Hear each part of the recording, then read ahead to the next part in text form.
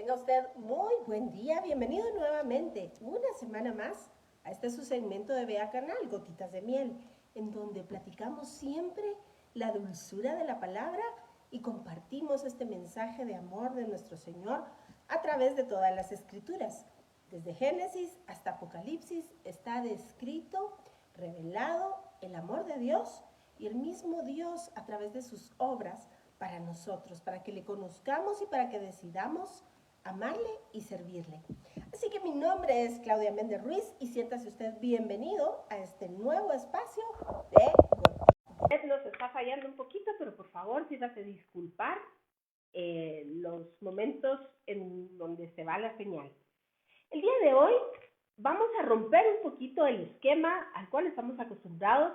Recordará usted que siempre hacemos un estudio corto, un estudio metatextual de las escrituras. Esto quiere decir que nos vamos al fondo de los escritos, lo que quiere decir lo que el pensamiento de Dios y la intención de su corazón nos revela a través de las escrituras. Esto, por supuesto, lo hacemos a través de la lingüística y además nos acompañamos de la historia, la cuestión cultural y otros aspectos importantes para hacer de este un estudio muy enriquecido y enriquecedor que a la vez de una certera interpretación de las escrituras.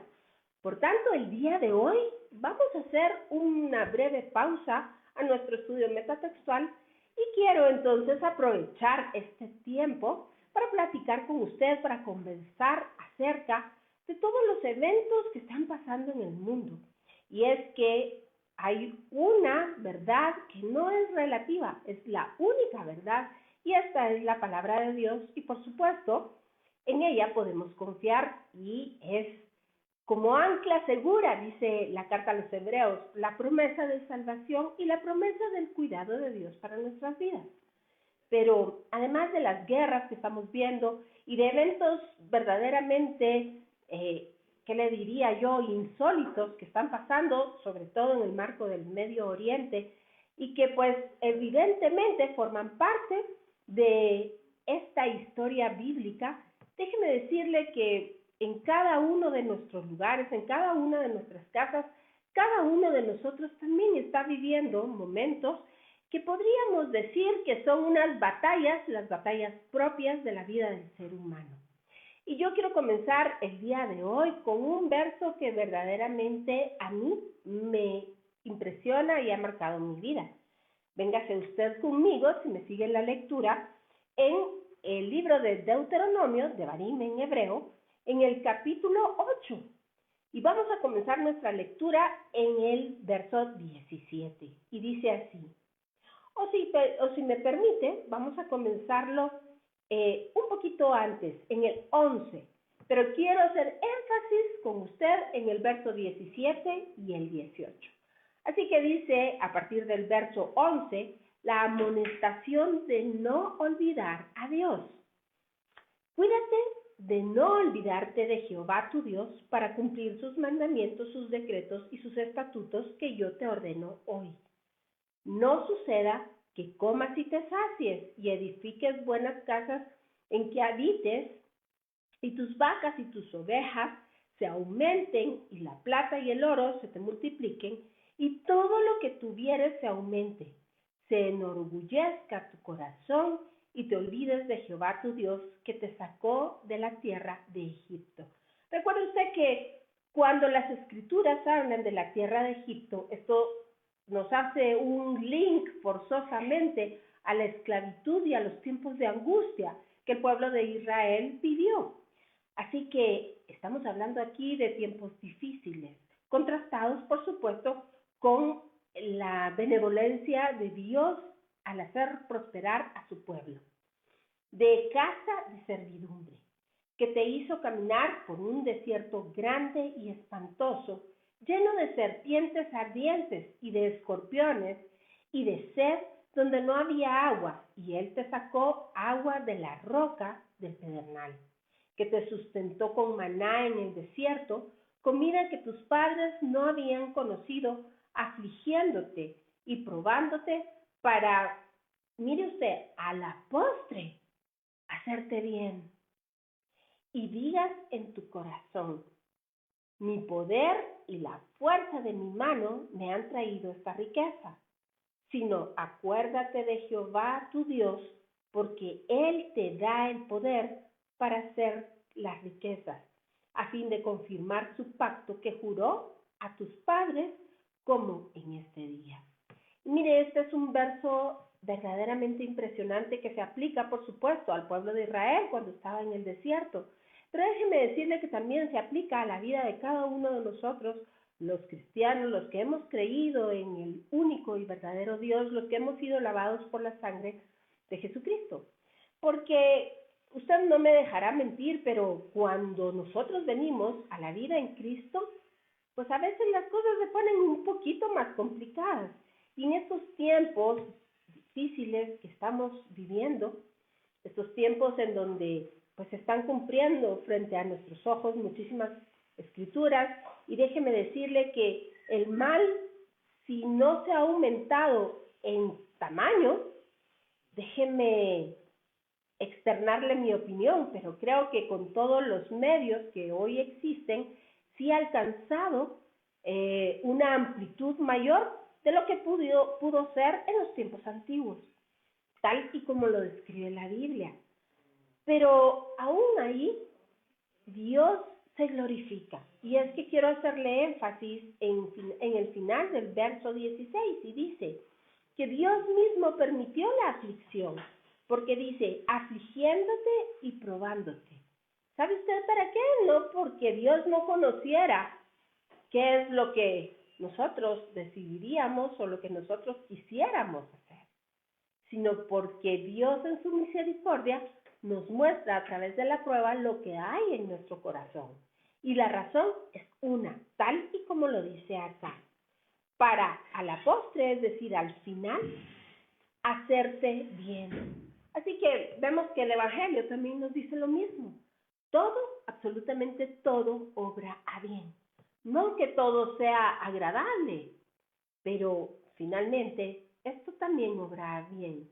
¿Recuerda usted que el libro del profeta Oseas, en el capítulo 2, dice, y te traeré al desierto, y allí te susurraré palabras dulces y te volveré a enamorar, dice el Señor. Allí te enamoraré, te seduciré, dice Dios.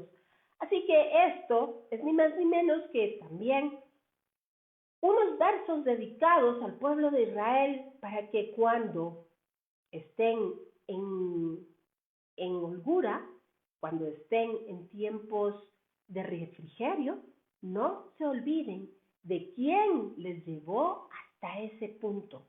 Y continuemos, verso 17, y dice, y digas en tu corazón, esto es tremendo, mi poder y la fuerza de mi mano me han traído esta riqueza. Y es que aquí debemos hacer un alto obligatorio. Es importante entender que el ser humano es incapaz de tomar buenas decisiones, es incapaz de llegar hasta el punto en donde Dios nos quiere situar. Por supuesto, hay una sabiduría humana, lo dice la Biblia, claro que sí, pero también hay una sabiduría divina que es la que nosotros anhelamos alcanzar. Porque déjeme decirle que tal y como dicen las Escrituras, buscad primeramente el reino de los cielos y todo lo demás os será añadido. Y aquí debemos, sí, hacer también un breve alto en este momento y aclarar qué o quién es el reino de los cielos. Déjeme decirle que la palabra en hebreo para el reino de los cielos es el Malhut. Y esto quiere decir la presencia misma de Dios que ha descendido de lo más alto desde el Keter, o sea, la corona de gloria, hasta lo más bajo, que es ni más ni menos que la tierra misma, la forma o la condición de hombre. Así que cuando la Biblia habla del reino de los cielos, ¿sabe usted de quién está hablando o a quién se está refiriendo? Pues sí, efectivamente a Jesucristo. Es por eso que se recordará usted que Jesús mismo le dijo a los apóstoles, el reino de los cielos se ha acercado. El reino de los cielos sufre violencia y los violentos la arrebatan. Efectivamente está hablando de Jesucristo mismo en su propia condición de hombre, pero además está hablando del Evangelio, es decir, el propio sacrificio de Jesús en la cruz. Y dígame si esto no es maravilloso y es importante de entender y de conocer. Pero déjeme ahora hacer un alto y darle la bienvenida a Leonel Ayala. Muchas gracias, Leonel, por estar en nuestra transmisión. Y a cada uno de ustedes, muchísimas gracias que luego van poco a poco entrando a nuestra transmisión o bien nos ven por Vea Canal. Muchas gracias. Es tan importante saber de ustedes, esperamos sus comentarios. Por supuesto, todos aquellos temas que a ustedes les interesan son bienvenidos para tenerlos y exponerlos en este tiempo de transmisión. Así que regresemos y vamos a volver a leer el verso 17. Y digas, esta es la advertencia, en tu corazón, mi poder y la fuerza de mi mano me han traído esta riqueza. Cuando nosotros nos ponemos en el lugar de Dios, esto se llama egolatría. Es decir, una adulación a nuestro propio ser. Y esto es terrible. Los sabios nos explican que el pecado más grande es el pecado del orgullo y la soberbia. Porque nosotros quitamos a Dios de su trono y nos colocamos nosotros mismos. Y además explican que cuando esto sucede, de ahí salen todos los demás pecados que el hombre puede hacer o todas las demás, ¿qué le puedo decir yo? Todas las cosas que el hombre puede ir en contra de Dios salen a partir del orgullo. Esa sería la explicación. Así que continuemos en el verso 18 y dice, sino acuérdate de Jehová tu Dios, porque Él te da el poder para hacer las riquezas. Y recuérdese usted que cuando hablamos de las riquezas, no llevamos el Evangelio a un término tan escaso y pobre de únicamente hablar de la cuestión material. Qué triste sería creer que Jesucristo murió en una cruz por un carro, por darnos un carro o una casa, o un edificio o el mundo entero. Déjeme decirle que la sangre de Cristo tiene un poder invaluable y eterno, porque ese es el precio de la salvación de cada uno de nosotros. Así que vuelvo y repito, efectivamente, tal y como lo dice el Evangelio, buscad primeramente el reino de los cielos y su justicia, y absolutamente todas las cosas os serán añadidas. Porque saben, dice la palabra, yo deseo, dice el Señor, que prosperes en todas las cosas y que tengas salud, así como prospera tu alma. ¿Y cómo prospera el alma? Pues ni más ni menos que en esa conexión con Dios. Déjeme decirle que el alma, nuestra alma, tiene la capacidad de libre albedrío. Por eso el alma está compuesta de ese soplo que es propiamente la vida, tal y como lo tiene un gatito, una hormiga, un animal viviente, pero además y coronando ese soplo de vida, está el soplo de la divinidad de Dios sobre cada uno de nosotros. Y por eso el alma es capaz de discernir y de escoger.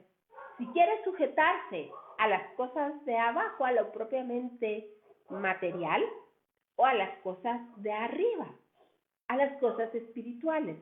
Recuérdese usted que en Génesis, y no podemos evitarlo, pero a eso nos dedicamos, al estudio metatextual de la palabra.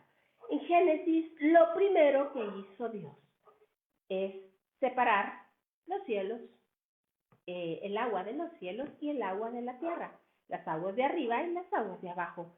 Porque esto también, como dicen los sabios, lo que es arriba es abajo y lo que es abajo es arriba. Y esto también tiene una connotación propiamente espiritual. material en el primer término y espiritual, por supuesto, que se aplica a su vida y a la vida mía, claro, porque de la misma manera, Mayim, Mayim, y esto quiere decir las aguas, Shamayim, los cielos. Recuérdese usted que una figura de la palabra y del espíritu, ni más ni menos que son las aguas. Así que el hombre puede optar a las aguas de abajo o a las aguas de arriba. De la misma manera, Dios le habló a Abraham, y tus hijos serán como el polvo de la tierra, o como la arena del mar, o como las estrellas del firmamento. ¿Quién decide? Usted y yo. Y aquí tenemos claro el pasaje. Dice, y se lo repito nuevamente, verso 17, y digas en tu corazón, mi poder y la fuerza de mi mano me han traído esta riqueza. Y corrige la palabra, sino que acuérdate de Jehová tu Dios, porque Él te da el poder para hacer las riquezas, a fin, o sea, el propósito es que Dios mismo confirma su pacto que juró a los padres, como en este día. Vea usted, recuerde que hubo un pacto ancestral, el pacto de los antiguos con Abraham, y te bendeciré y serás bendición, y te daré herencia, y te daré una simiente. Y dice Gálatas, no como muchas simientes, sino una simiente, Cristo Jesús. Vamos a Gálatas capítulo 2, capítulo 3. Y luego nos explica el mismo Pablo ahí que los de la fe, estos mismos, son simiente de Abraham. Así que estas promesas son para usted y para mí, están tan vigentes como lo estuvieron en ese momento. Pero además el Señor le dijo, y te daré la tierra, es decir, nuestra herencia es la salvación en Cristo Jesús. Y esa tierra que no solamente se circunscribe a un lugar geográfico. Recuérdese usted que Israel es el único territorio, el único país del mundo en donde Dios se dedicó a describir los límites y a escribirlos de norte a sur, de este a oeste. Israel es esa tierra bendita que tipifica lo que será en la eternidad la nueva Jerusalén, descrita en el libro de Apocalipsis. Así que usted y yo hoy estamos hablando de la verdadera herencia, la herencia de la salvación, la herencia de una eternidad con Cristo. Déjeme, porque el tiempo se me está acabando, y déjeme hacerle a usted un tiempo, o permítame compartir, sería la expresión correcta con usted, un tiempo de reflexión. Y es que el mundo está convulso, vemos guerras, rumores de guerras, vemos profecías cumplidas, pero cada uno de nosotros ocupa en este tiempo un espacio sobre este planeta. Y cada uno de nosotros tenemos la oportunidad que Dios nos ha dado de poder discernir y distinguir entre el bien y el mal. Y poder escoger, como dice toda la Biblia, escoge pues ahora la vida, escoge pues ahora el bien, para que vivas tú y tu descendencia después de ella. El calendario gregoriano nos marca fechas que hacen que toda la sociedad corra de un lado para otro, comidas, fiestas, regalos, bulla, luces, música, y déjeme decirle que es un tiempo que podríamos calificar como muy lindo, efectivamente. Pero yo hoy quiero hacer un llamado a su corazón y tal y como dice el libro de Oseas, decirle a usted que por favor escuche el susurro de Dios en su corazón.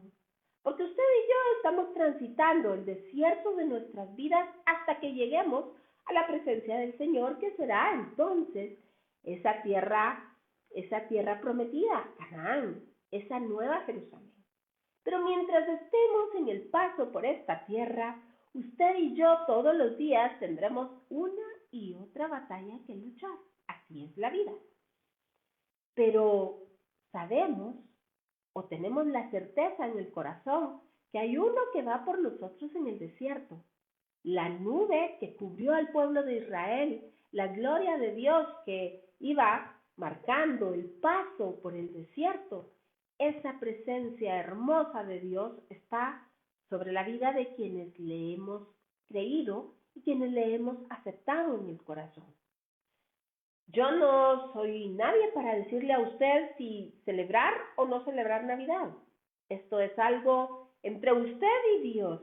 Dios tiene un plan especial, precioso para su vida.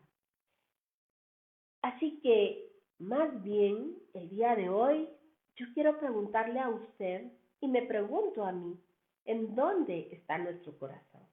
¿En qué lugar está situado nuestro corazón? ¿En dónde están puestos nuestros ojos el día de hoy?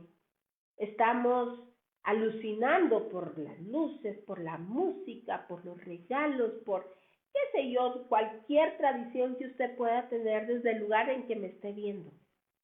O el lugar correcto de una adoración a Dios, con una gratitud, incluso a través de las pruebas que estemos pasando.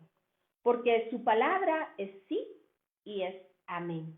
Y no se equivoca y no se arrepiente.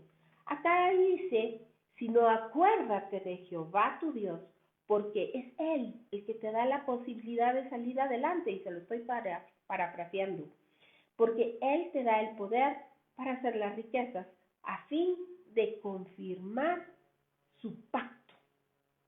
¿Qué es un pacto? Sino una promesa eterna. ¿Y sabe qué dice la carta a los hebreos? Porque no había por otro mayor por quien jurar.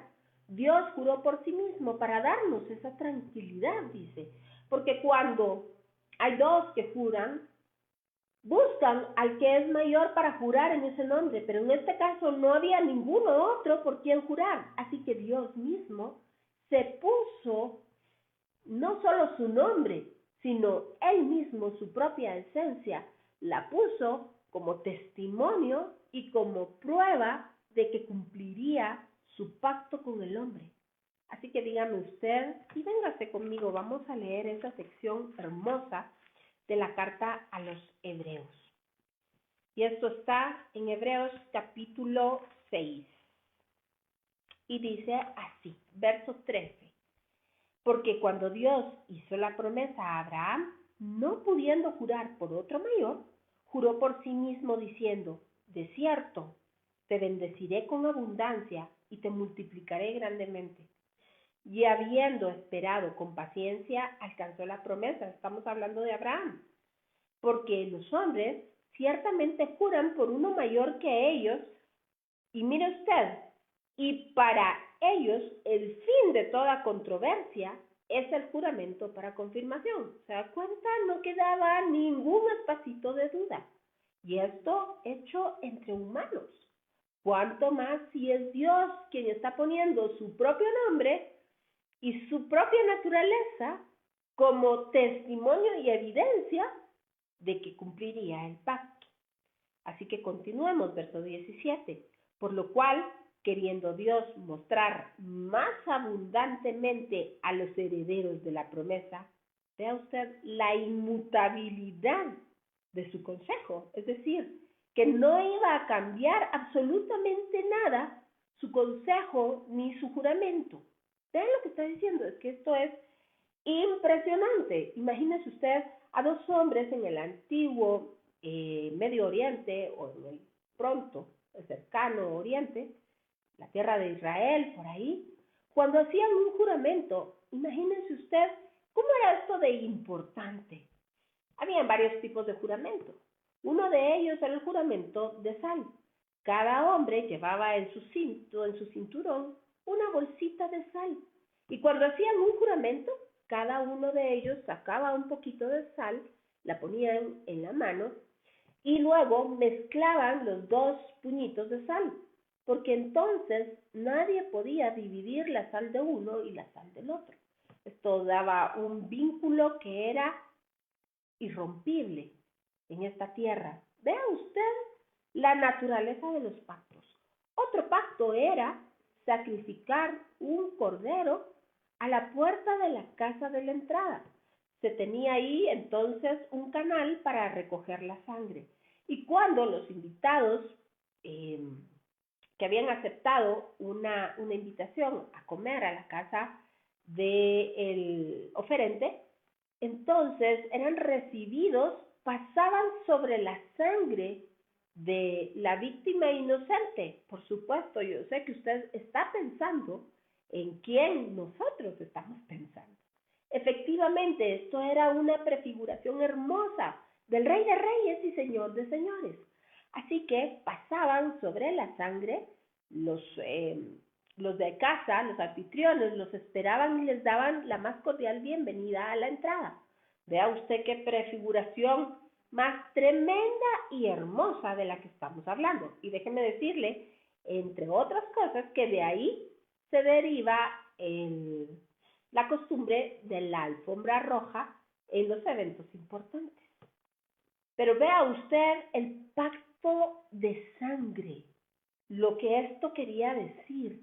Pasar sobre la sangre de una víctima inocente que, por supuesto, no solo había derramado su sangre para la entrada, para sellar este pacto, sino además iba a ser el plato fuerte de la cena. Esa víctima inocente iba a ser comida por los presentes. Vea usted cómo Dios hacía entender a su pueblo señal tras señal, imagen tras imagen. Regresemos entonces, por favor, al verso 17, por lo cual, queriendo Dios mostrar más abundantemente a los herederos de la promesa la inmutabilidad de su consejo, es decir, de la promesa, interpuso juramento, mire, no solo, sino que además, dice, para que por dos cosas inmutables en las cuales es imposible que Dios mienta, tengamos un fortísimo consuelo los que hemos acudido para asirnos de la esperanza puesta delante de nosotros. Es decir, esta esperanza es la promesa de una vida eterna en Cristo Jesús. Porque ¿cuáles son estas dos cosas? Déjeme en un momento le hablo. Pero terminemos de ver la naturaleza de esta esperanza y de esta promesa puesta delante de nosotros. Dice el capítulo 19, la cual tenemos como segura y firme ancla del alma. Es decir, su alma no tiene por qué ir de aquí para allá, aunque tenga problemas, aunque esté pasando por una enfermedad, y no digo que sea fácil, ni bonito, ni agradable, y que el Señor nos guarde de todo esto. Pero sí dice la palabra que en medio de todo esto, porque recuérdese usted cuando un barco necesita ancla para estacionarse, para quedar firme en un lugar y que las olas la tormenta no lo lleve de aquí para allá. Esto es muy importante porque así, de la misma manera, nuestra esperanza debe permanecer anclada en el Evangelio, en esta palabra que es nuestro fortísimo consuelo, sabiendo la inmutabilidad de su pacto. Pero regresemos y dice, la cual tenemos como segura y firme ancla del alma y que penetra hasta dentro del velo. Estamos hablando del lugar más santo de todos los santos, es decir, el mismo trono de Dios sobre esta tierra. Ahí es donde se refiere, al trono de Dios, donde Jesús entró por nosotros como precursor, hecho sumo sacerdote para siempre, según el orden de Melquisedec. Y aunque me queda ya nada de tiempo, yo quiero hacer alusión a cuáles son estas dos cosas por las cuales Dios juró que su pacto no cambiaría. Y una es la simiente y otra es la tierra, que básicamente vienen a ser lo mismo, porque ciertamente hay una prefiguración aquí en la tierra y es el pueblo de Israel como la simiente y dentro de él el Mesías. Déjeme decirle que sabiendo nosotros que el Mesías es Dios mismo hecho como en forma de hombre, él se proveyó a sí mismo un cuerpo, podemos entender que esto tiene una trascendencia eterna. De la misma manera que ciertamente el pueblo de Israel tiene un lugar geográfico, estamos hablando indudablemente de una eternidad sin Cristo, esta nueva ciudad, esta nueva Jerusalén celestial, perfecta, donde el Cordero será la lumbrera, ya no habrá más necesidad de sol ni de luna, porque la luz del Cordero nos alumbrará, y dentro de él, con él, viviremos seguros. La promesa que Dios hizo en el Antiguo Testamento de Shahanti y de Toham, y habitaré con ustedes dentro de vosotros en el campamento, aplica en estos tiempos y habitaré dentro de vosotros en su corazón. Así que la pregunta del día de hoy es, ¿en dónde está nuestro corazón? Le dejo un abrazo, saludos cordiales, espero verlo la próxima semana y que este tiempo sea un tiempo verdaderamente de regocijo y de ese regocijo que solo podemos tener en Cristo Jesús. Un tiempo de familia, un tiempo de verdadero amor en esta bendita palabra, degustando cada cucharadita, cada gotita de miel que trae a nuestra vida salud y eternidad. Que el Señor le bendiga, lo espero la próxima semana, misma hora, mismo canal. Y hoy, por favor, no se mueva, quédese en la excelente compañía de Bea Canal. Hasta la próxima semana.